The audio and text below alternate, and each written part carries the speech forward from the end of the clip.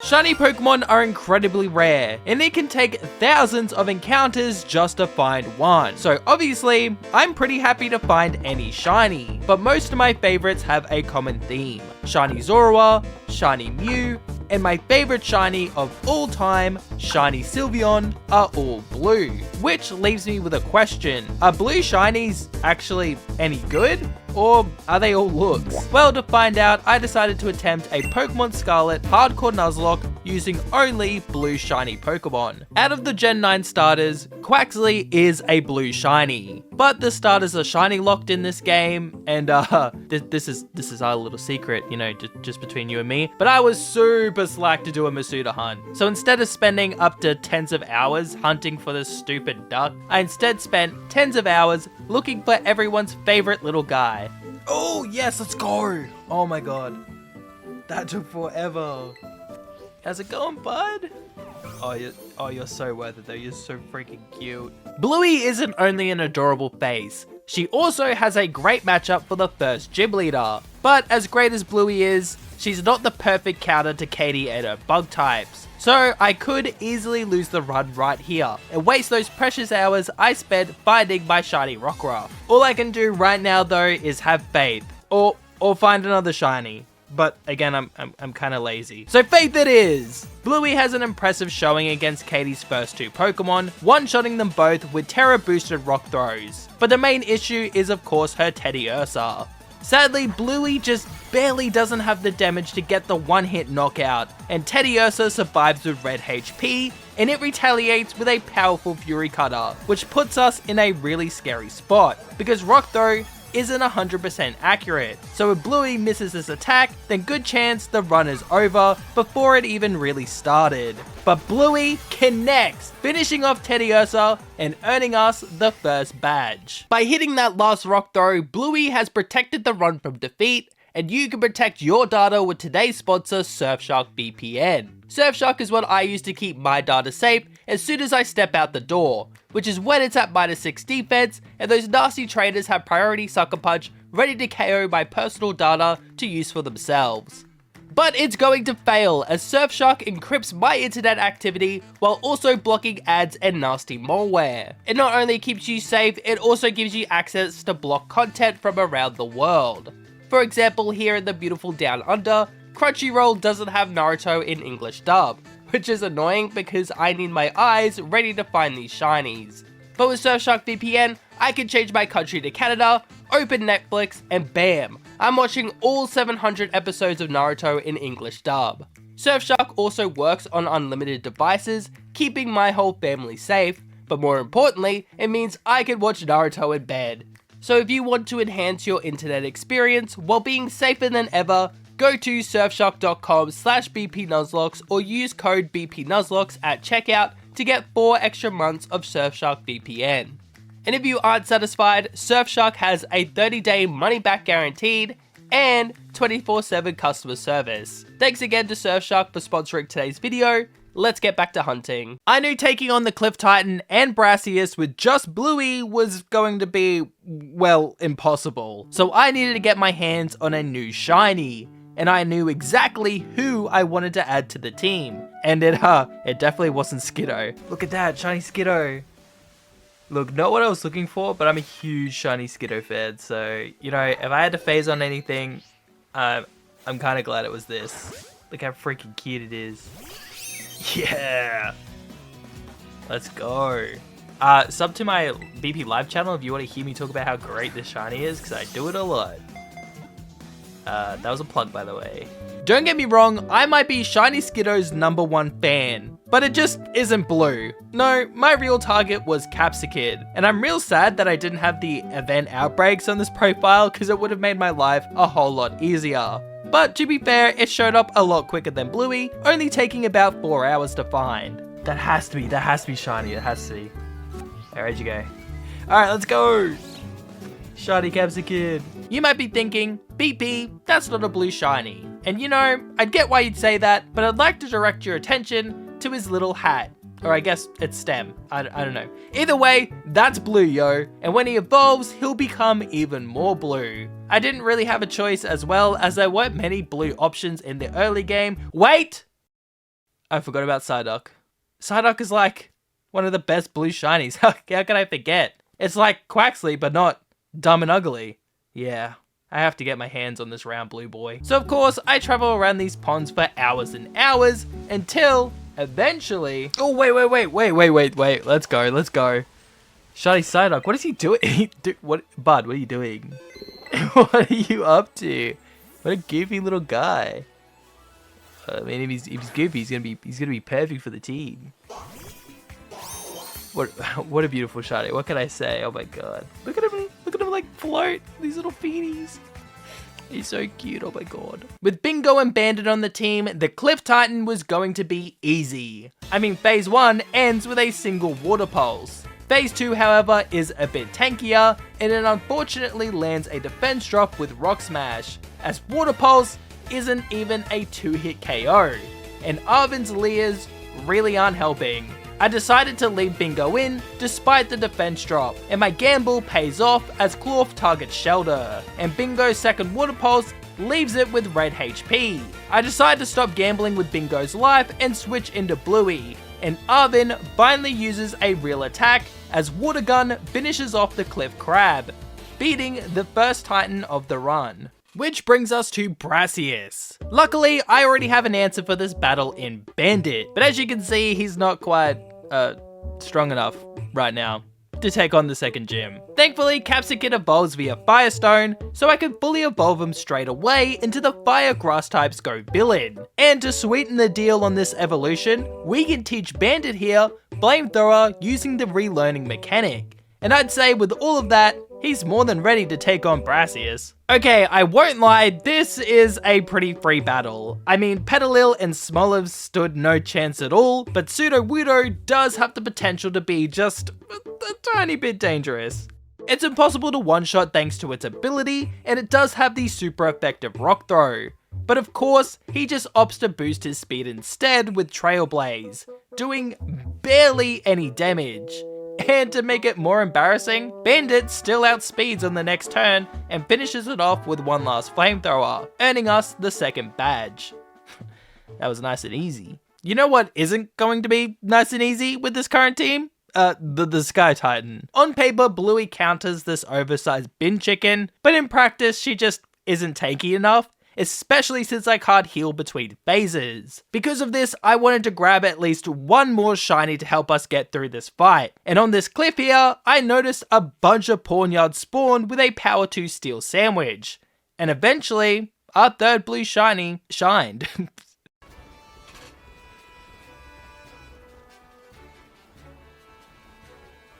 Oh my god, yes, I see it. Hang on, I see it in the distance. Okay, I just gotta sneak past all its angry brothers and sisters. Oh, let's go. Hello. You're so beautiful. Oh my god, he's angry there. He's charging right at me. He's excited. Dude, I'm excited too. Look at this, dude. Ah, it's such a shame it evolves at such a late level. Okay, let me Great Ball it. Blue ball for a blue boy. Oh, there's a girl, I think, actually. Okay, well. Yeah, it is a girl. Okay, it was mad I misgendered it. Alright, fair enough, fair enough. Chili's steel typing means she resists all of the Sky Titan's attacks, and with 2 Rock Tombs and a Metal Claw, she easily defeats Phase 1. And to be honest, I thought Phase 2 would actually be kind of tough, but it might be the luckiest Sky Titan second phase I've ever had. Sure, Arven just sits there spamming Rock Polish, but the Sky Titan also never got another hit off on Chili, so she freely fires off 3 Rock Tombs for the win.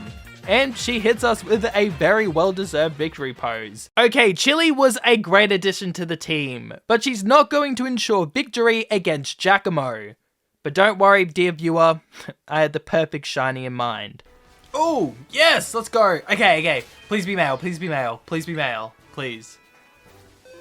Please. Come on. No! Alright, that's okay. It's the first roll. It's fine. My target was a male Rolt, so I could evolve it into Gallade. But hey, I won't complain. Gardevoir and Gallade are both blue shinies, so I might as well have both of them. I just have to hunt like one more Rolt. Surely it won't take that long. Oh, wait. That's shiny. Let's go. Okay. This one's surely male. It's 50-50. You know, half male, half not. Let's go. Come on. No! Well, it's a 50-50, so surely soon I'll get male. Please be male. Please. Male, please. Okay. Please? Oh, under the tree. Oh my god, it's eating. Oh, you guys have no idea how long I've wanted to find a shiny like while it's eating. Oh my god, it's so freaking cute.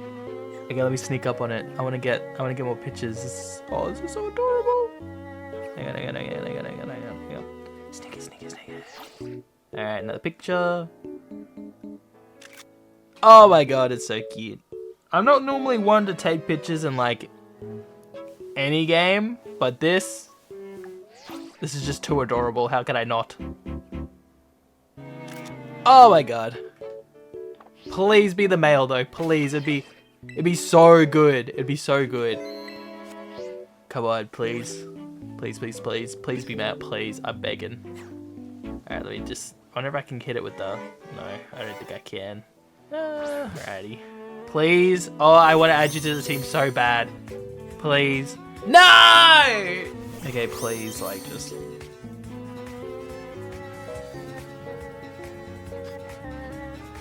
Yep, okay.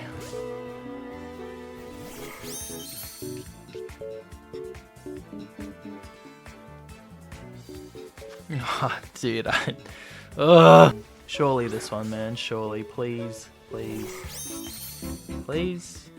I hate it here. Alright. This is like getting a bit silly now. It has to be the male. Come on. I want a new job. Oh my god. This feels worse than the Salandit. Oh my lord. Well, I've got good news and bad news. Bad news is, I just spent a whole week of my life looking for one male Ralts and ended up with 9 females. And that makes me very emotional. Good news is, I now have 9 shiny Ralts to give away. So, sub to the channel, like the video, guess the naming themes in the comment, and join the Discord for your chance to win. Please! I need this to be worth it. It has to be worth it. Well, I guess in some ways, it kinda was worth it once I finally got my mail. Alright, let's see. Dude, I almost like don't feel any hope anymore when I throw this ball. It just feels like it's always gonna be, you know, female. Yes! Yes! Let's go! Oh my god, finally! Oh my lord! Oh! Who runs the world? Our boys! Let's go! Finally! Oh my god! Oh. 50-50 by the way. 50-50. Oh my lord. We did it though. You know, gotta be a little bummed. I named my male Ralts Bob and my female one Janet, and wasted no time evolving the male into his final form, becoming Gallade. A Pokemon that would be pretty powerful at this point in any Pokemon game, but it also got a massive buff in this generation with its new ability Sharpness. Sharpness boosts the power of slicing moves, including Sacred Sword, which turns it from a base 90 damage fighting type move to a base 135 damage fighting move. Jacobo and his dark types better be scared. Well, it's time for Jacobo to face his fears whether he wants to or not, and he leads the battle with Pawdyard, and I lead with Bob. I Terra Bob into a fairy type just in case Pawdyard outspeeds, as it's happened before.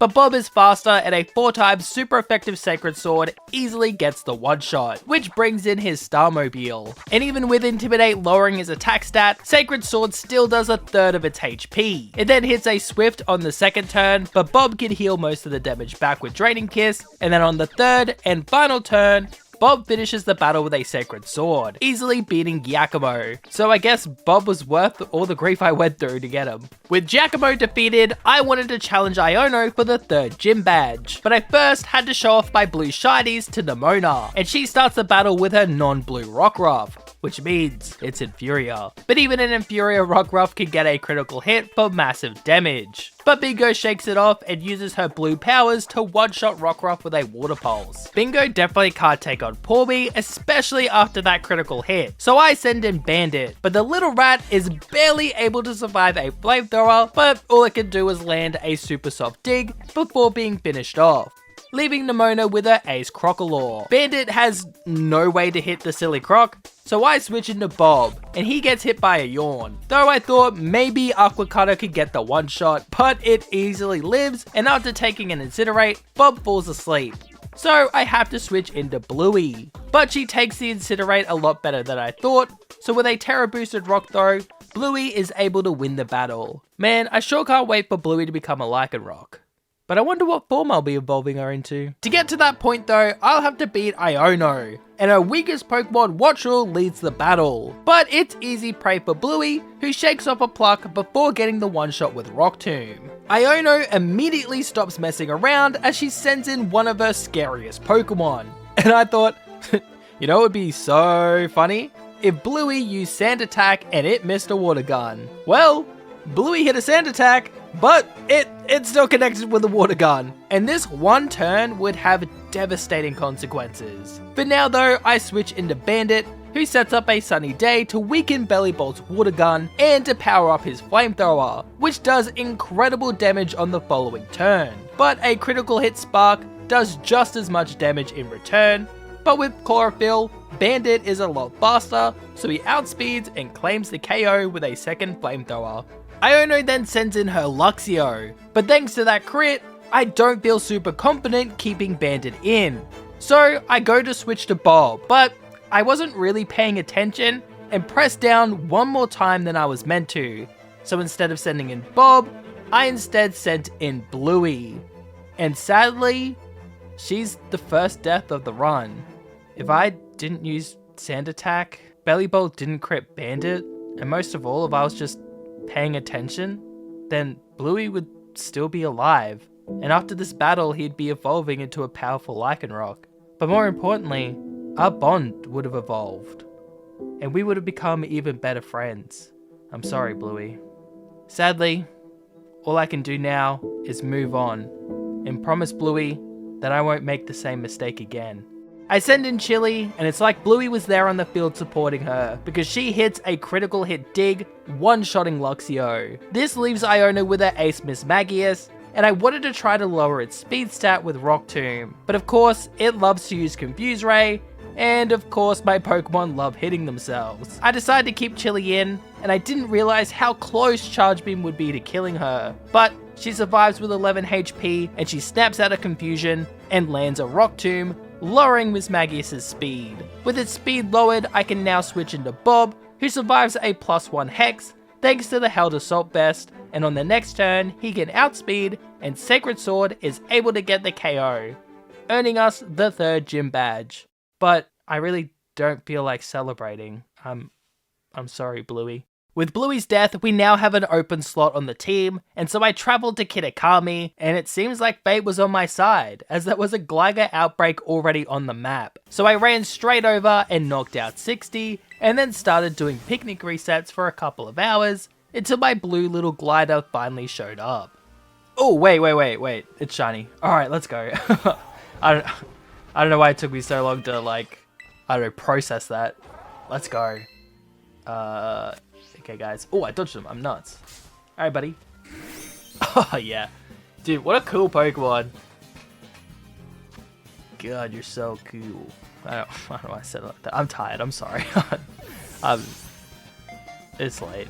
I don't know what to say. This isn't my best reaction. I'll say it. I'm sorry. I'm sleepy. Well, Bluey was going to be a fully evolved Lycanroc, so I think it's only fair that we evolve Dougie straight away into the beautiful and pretty damn strong Gliscor. I mean, look at how cool this Pokemon looks. It really is one of Game Freak's best cooks. With our newest team member, I was ready to move on and challenge the next Team Star boss. And normally, Mela is pretty easy to counter with Rain Dance.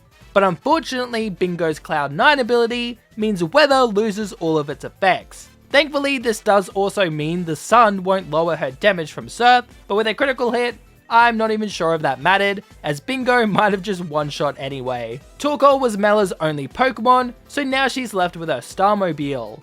But without the rain boost, Surf is doing under 50%, and after a Screech, Blazing Torque does massive damage to poor Bingo. She is able to get it super low with a second Surf, but I am forced to switch. So I send in Dougie. His massive defense stat means he tanks Blazing Torque quite well, but it does get the burn, which is super unfortunate as it does cut his attack in half, and this means Quick Attack isn't strong enough to finish it off, but it wastes its life by missing a Screech, so Dougie freely fires off a second Quick Attack, finishing the battle. Thank God we added Dougie to the team because that could have been a deadly battle. Orthworm, however, is just, it's so free. So while you watch Bandit cook it alive, I'd just like to ask you all to check out and sub to my live stream channel. I go live every Monday, Wednesday, and Friday, and it'd be super cool to see more of you over there. We all have a pretty good time, so consider checking it out.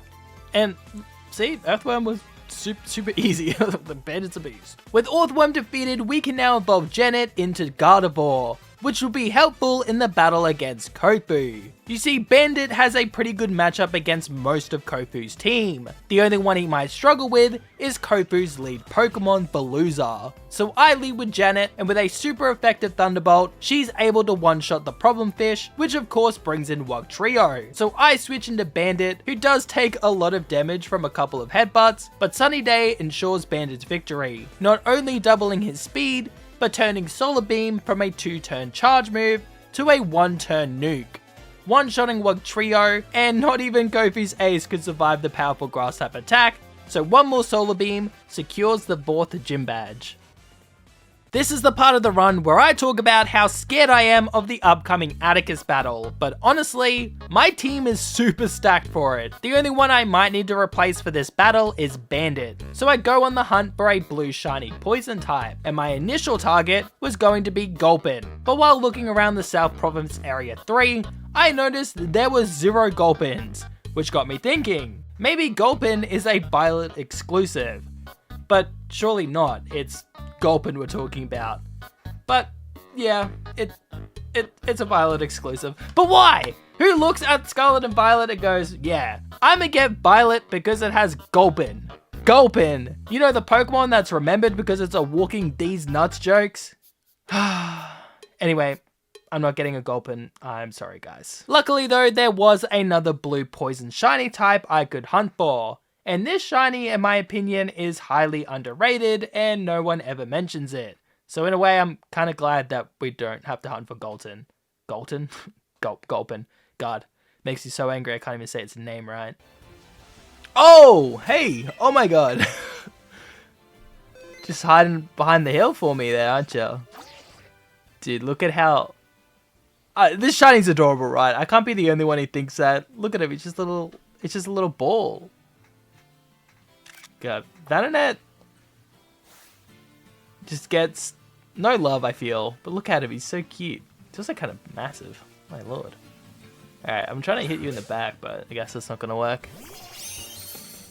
God, such a good shiny. Oh my god. Look at how cute this Pokemon is. It's also freaking massive, my lord. Now, in my opinion, shiny Vanonet looks pretty awesome. It's similar to Charcadet, but like on a much larger scale. As cute as Rita is though, I do need to evolve her into Venomoth. But I'm not complaining because this shiny is stunning and definitely needs to be talked about more. Sadly, Rita won't get a chance to show up in this battle, but she was always just backup for Dougie. You see, Atticus always starts the battle with his Skuntank, but the AI for the Skuntank is easy to manipulate. If you lead with a Pokemon that resists poison type moves, it will always use Sucker Punch, but Sucker Punch only works when the target is using an attacking move, which means Dougie has 5 free turns to set up, and so he sets up 3 Swords Dances to max out his attack, while boosting his speed by 4 stages with 2 agilities. With these boosts, Dougie is able to one-shot Skuntank,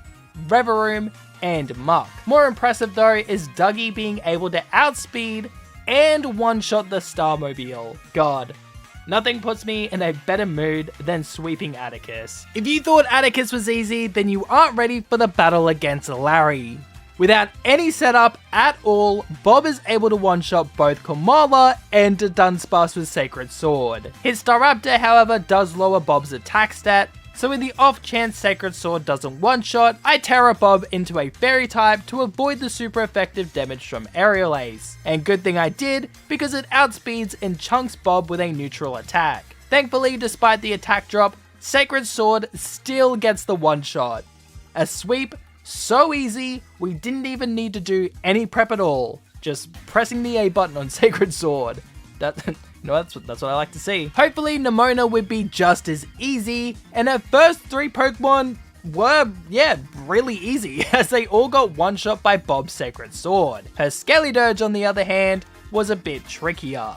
I thought it would be a free switch into Bingo, who evolved, by the way. I kind of forgot to mention that before. But anyway, Bingo gets hit by a critical hit Torch Song, not only doing a lot of damage, but also increasing the Croc special attack. I had to make a pretty tough decision here, because if Skeledirge lives a Surf from Bingo, it'll just trigger its Blaze ability, boosting its Torch Songs even further, to the point that it just might kill Bingo. So I had to come up with a different plan, and my lord am I glad I did, because Skeledirge actually outspeeds Bingo, and Torch Song leaves her with just 11 HP. But she hangs on and puts an end to Skeledirge's strong Fire-type moves with a Disable. And even though it did get a +2 special attack, its best move is Snarl, which Dougie easily tanks, and he even lands a crit of his own. So 2 more Earthquakes and we've beaten Nemona. But I'll have to be more careful next time because that could have been really bad. Now over the last couple of shiny runs, I've developed a habit of picking up 2 new shinies for the battle against Rhyme. And this run is no different, and I knew exactly who I was going to hunt for. My first target was a Pokemon that has a top tier design, but has some pretty awful stats. But it's a Pokemon I've wanted to use for ages now. My first target was Shuppet. And, God, did it take a lot of hours of town resets and time resets to get my hands on this little guy. Oh, wait, is that shiny? In the middle there? Oh my God. Did he just stick his tongue out? Oh my lord. Alright, let's go. Hey, buddy. Oh, okay, limp shot there. Doink. Let's go! Oh my God. Hello! My second target was a Pokemon that I forgot to get in my shiny dog run, and some of you were quite vocal about its exclusion. So I thought I kind of owed you guys this time. Ooh! Hello, buddy. How's it going? Okay, I'm only talking the blue one. Not all of you needed to turn around at me like that. Hang on, sorry. Let me just be so for real right now. I just got animation cancelled by a Houndour. But you know, I'm not here for you, right? You know that. I think you know that. Let me get your friend here. Let's go. Let's go. All right. Now people can't get mad at me for missing the shiny this time because you guys weren't happy when I didn't have one in my dog video. Let's go. I need to evolve them straight away so they're ready for the battle against Rhyme. So first I evolved Stripe into a Bayonet. And I love this Pokemon's design so much. And don't even get me started on its Mega. It's just a shame that its stat distribution is so trash.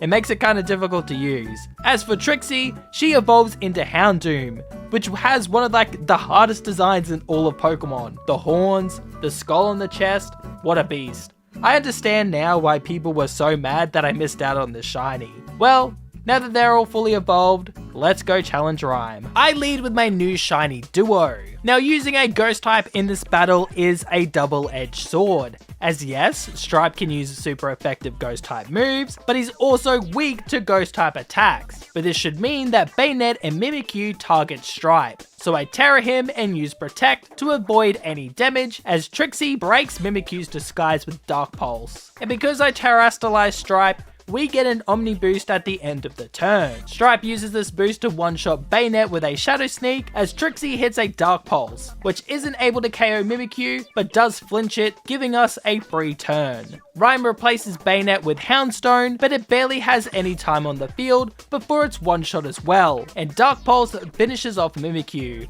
for a clean double KO, and Rhyme's ace is forced into a 2v1 situation. But with all the stat boosts from the crowd, Stripe was now super powered up, and Shadow Sneak easily gets its third one-shot of the match, winning us the 6th gym badge. We're now closing in on the final gym battles, but before I take on Tulip and Grusha, I still needed to deal with the Quake Titan. I kinda messed up on the first turn and misclicked Sacred Sword, so Bob takes a lot more damage than needed, but he makes up for the misinput by landing a critical hit Psycho Cut on the next turn to beat phase 1. Bob then starts phase 2 with yet another crit, though sadly the second Psycho Cut doesn't crit, but Razor Leaf from Scobilin does, leaving the Titan super low, and one last attack from Bob ends the battle, and now I've got a clear path to the last 2 gym leaders. Wait, I lied, I forgot about Nimona. This round, however, was much easier as Dougie set up a sword stance which gave him enough damage to sweep her whole team.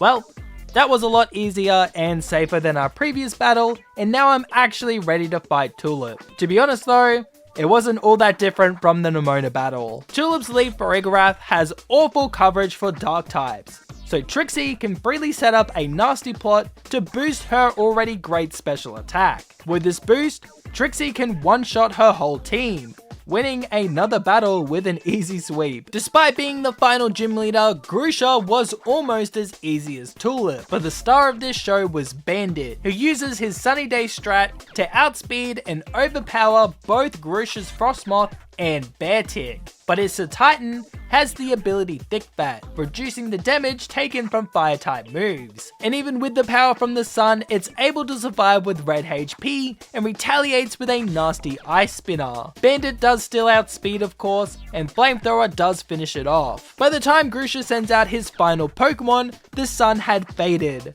so it was time to bring out my second carry, Chili, the little pawnyard that could. She does get hit by a critical hit Hurricane on the switch, but it's nothing she can't handle. And once she terrors into a pure steel type, she resists all of Altaria's attacks. But Metal Claw just isn't strong enough to get the one-hit KO. But Chili doesn't care about that, as she dodges a Hurricane and gets the KO with a second Metal Claw, winning us the 8th and final gym badge. The Elite Four is just around the corner, but there are 3 mega dweebs standing in our way. The dweebiest of all being Ortega, so I'll challenge him first. Well, I really wouldn't call this a challenge, as Rita goes kind of crazy in this fight, as she puts Azumarill to sleep with Sleep Powder and then sets up 2 Quiver Dances. With the boosted special attack, her Sludge Bombs become poison doused nukes, blowing away Ortega's whole team. The False Dragon Titan was just as easy, with Bandit's Sunny Day Solar Beam combo destroying Dondozo. And while it wasn't very quick, Janet's stab super effective Moonblasts were able to take down Tatsugiri, leaving us with the final Team Star boss Eri. Dougie is the perfect answer to this fight, as he baits Toxicroak into using Sucker Punch, allowing Dougie to get the +4 speed and +6 attack, which in turn enables him to outspeed and one-shot Eri's team with acrobatics. I don't think the Elite Four is going to be this easy, so I decided to go and hunt for 3 more blue shinies. First is a brand new Gen 9 Pokemon that is heavily slept on. It's Orthworm. And when I say underrated, I'm not only talking about its beautiful blue shiny, I'm just talking about the Pokemon in general. A defensive steel type with an immunity to ground type moves makes this little worm a real threat. So after running around the Asado Desert with a steel power sandwich, I'm able to get my hands on Brandy the shiny Orthworm. Oh! Dude, let's go! That took forever, but hey, we got it. We got it. Let's go. Damn, what a good shiny. Gen 9's so hit or miss. But hey, it's still gotta be the only blue Gen 9 we get. You know what I'm saying? My next shiny was another Gen 9 gem, and a Pokemon you've all probably been waiting for me to find. But you know what they say, better late than never. I was finally hunting for a shiny Cloth. This crab is one of the best Gen 9 shinies in my opinion, and it is a bit criminal that it's taken me this long to add it to the team.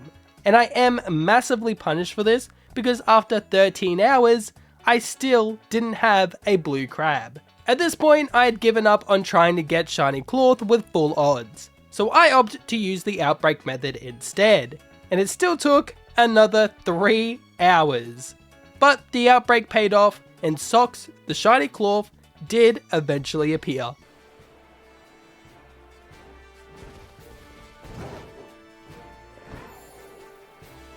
Oh, yes! Let's go!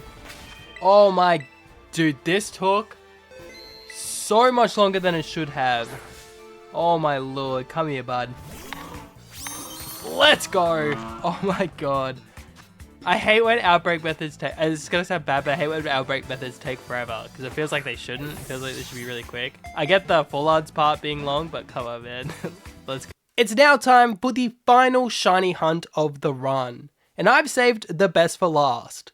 My regular viewers know that my favorite shiny Pokemon is shiny Sylveon. And to do a blue shiny only run without catching it would go against everything I stand for. Like Cloth, I ended up going for the outbreak method, and like Cloth, this took forever, taking me about 9 hours to find it with the outbreak method. But when the reward is the best shiny in the game, the pain and time all seem worth it. Needless to say, I was pretty pumped when Muffin spawned.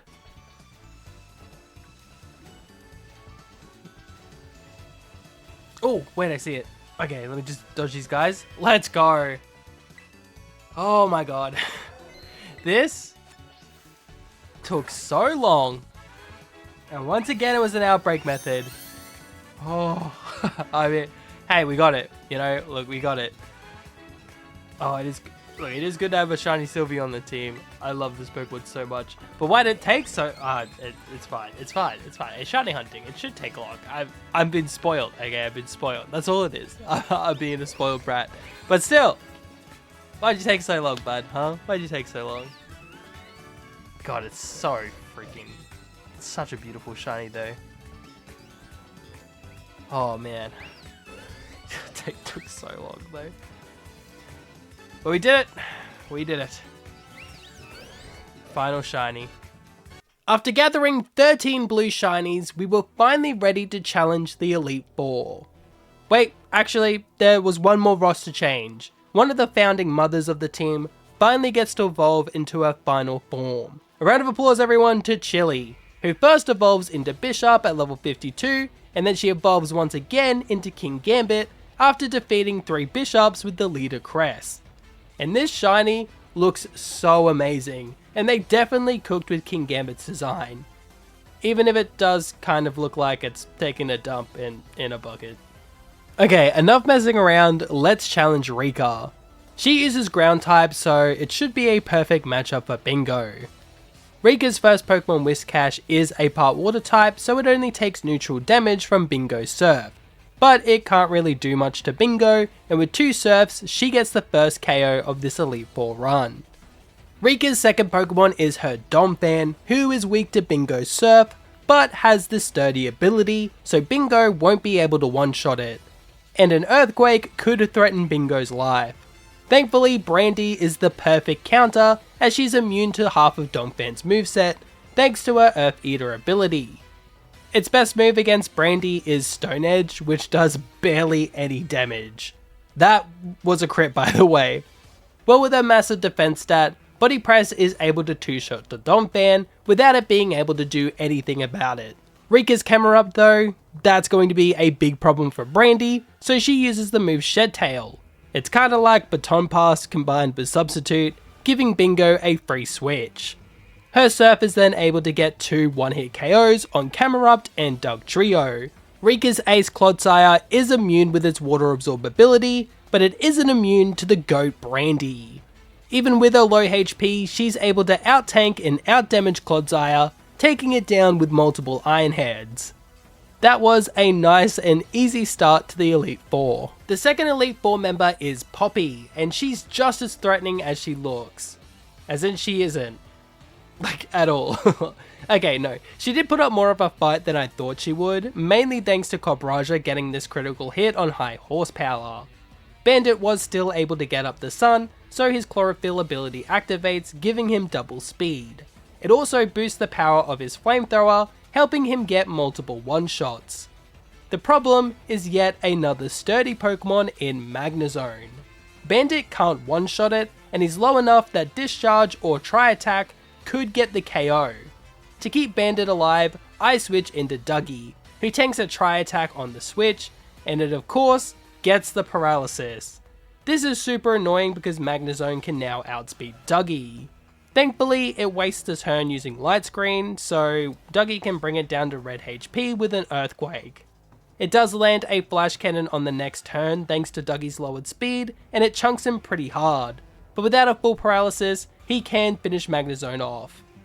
That damage does make Dougie's matchup against Poppy's Tinkaton really dicey, but I have to stay in to get off any good damage, and so Tinkaton outspeeds and a Terra boosted Gigaton Hammer isn't enough to kill Dougie, so he fires off an Earthquake, but it also doesn't get the kill. Tinkaton is now low enough though for Brandy to come in and conclude the battle with a combo of Rocky Helmet damage and a Body Press. Not the clean sweep I wanted, but a win's a win. Larry on the other hand was just as easy as I predicted, with Socks making his debut. Larry leads with Tropius, who is baited into charging up a Solar Beam, allowing Socks to set up a Sword Stance, raising his attack by 2 stages. Socks then terastallizes to further boost his damage, so it's no surprise when Rock Slide one-hit KOs Tropius. Larry then sends in his Staraptor, who lowers Socks' attack stat with Intimidate, and then outspeeds Socks. But his lack of speed is balanced by his massive defense stat, so he eats a close combat, which in turn triggers his Anger Shell ability, offsetting the Intimidate, bringing him back to +2 attack, while also boosting his speed.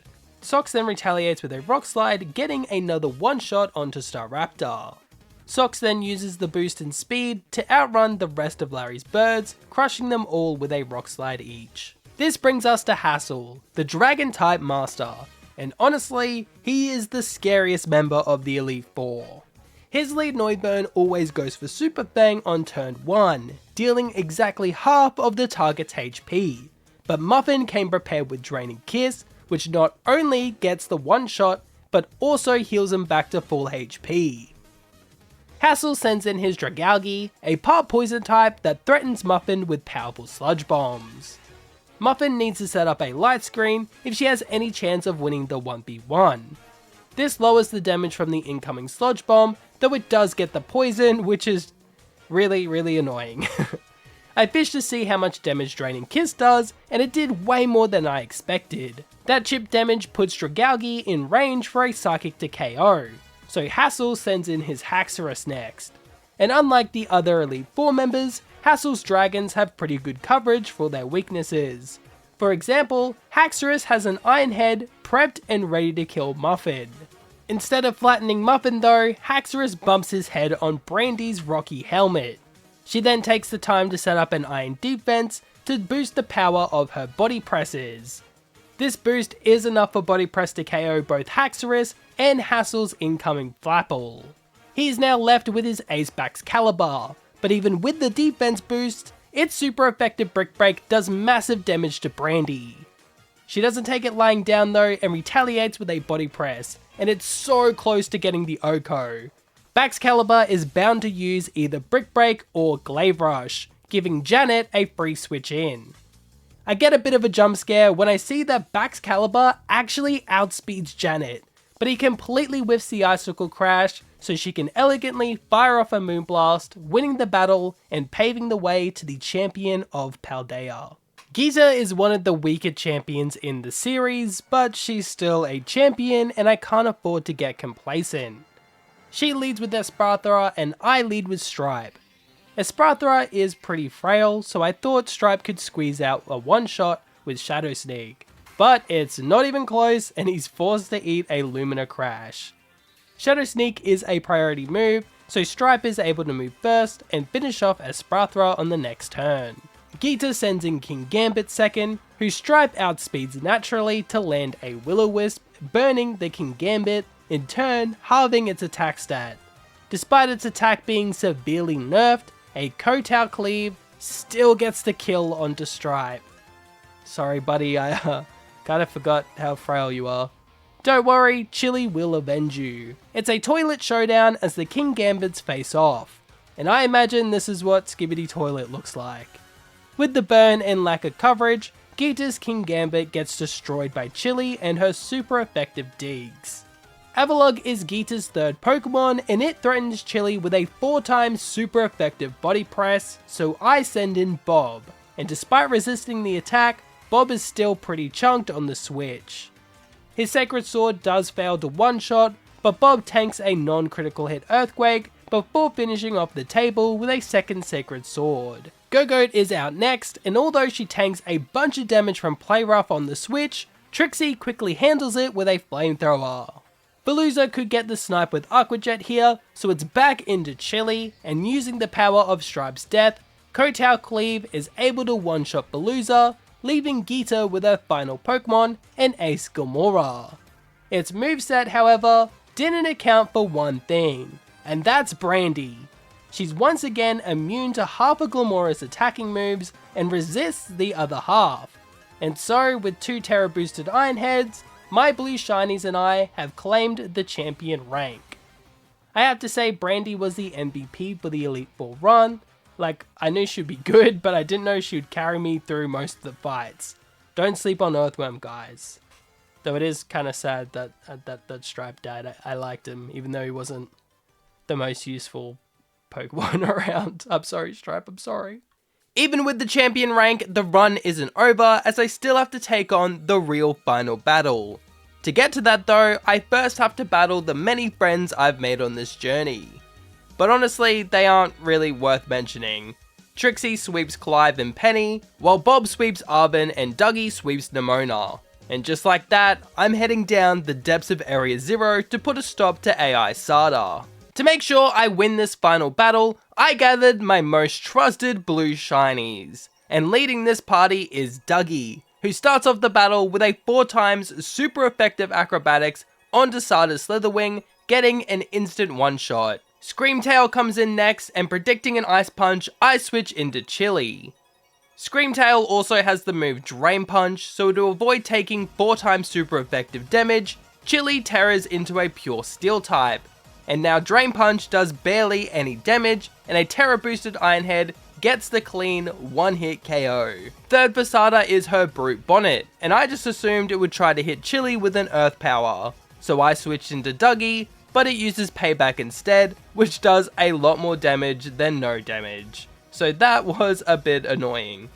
It's one of the 50 Pokemon in this game that has Sucker Punch, so it gets to hit Dougie first, and his acrobatics isn't quite enough to get the KO. So he has to tank another Sucker Punch before finishing off Brute Bonnet. That exchange left Dougie low, and he can't handle the incoming Flutter Mane, so it's straight back into Chili. She shakes off a not very effective Power Gem, and with her Assault Vest, a super effective Mystical Fire does barely any damage at all. Chili can then respond with a Terra boosted Iron Head for yet another one-shot.